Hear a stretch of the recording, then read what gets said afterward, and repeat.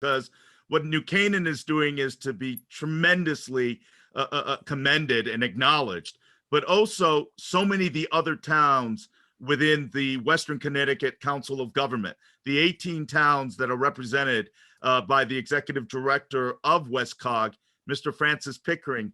Mr. Pickering, can you share in regards to the incredible pressure that 830G has imposed in Lower Fairfield County within WestCog, and what all of those communities with that sense of urgency are looking to address? Absolutely. Thank you, Tony. 830G really has driven the communities to develop ways to build affordable housing. And if you look over the last 20 years, from 2002 to 2019, our region, the Western Connecticut Council of Governments, comprising 18 municipalities from Stamford to Westport and up to New Milford and Sherman, accounts for 16% of the state's population. And we have built 39% of multifamily housing built in the state in the last 10 years. And in the last 20 years, 48% of affordable housing, according to Connecticut General Statutes 8-30G. So one of the challenges you alluded to is a disconnect between Hartford and the region. Really, we are in two entirely different universes here. There's the New York City metro real estate market, where there are a lot of jobs and hence a lot of pressure for housing. And there's the Hartford and rest of Connecticut real estate market, where there aren't many jobs and there isn't much pressure for housing. And so we have communities where there is development pressure, and we are responding. And New Canaan has successfully used an affordable housing trust fund. Other communities, Greenwich, Darien, and Westport, have used a different method called inclusionary zoning, where developers are compelled, as part of any multifamily market rate development, to include affordable units. They have used this very effectively to diversify their communities and provide a lot more affordable housing. If you look at the rest of the state, there really has not been that much construction of 830G housing.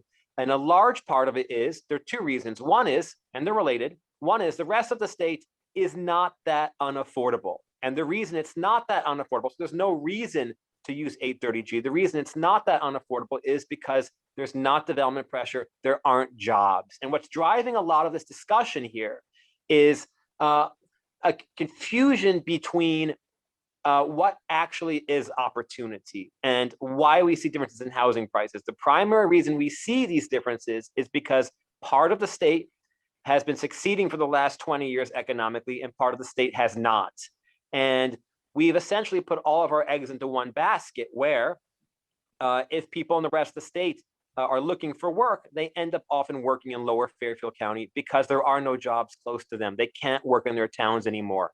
The bills we see before the General Assembly only look at the housing side of the equation. They don't look at everything else. They don't look at jobs. They don't look at transportation. They don't look at reinvesting in deprived communities and bringing opportunity to people. They're solely focused on putting housing in other locations and expecting people to move there. Now, of course, we don't want to impede free movement. If people want to move to New Canaan, that's wonderful, and we'll welcome them with open arms. I imagine you would, at least. We'd welcome them in WestCog, but we need to also provide opportunities in other parts of the state and start a real conversation about good, solid jobs and economic mobility, and allowing people to stay in the communities that they're currently in with their friends and their families.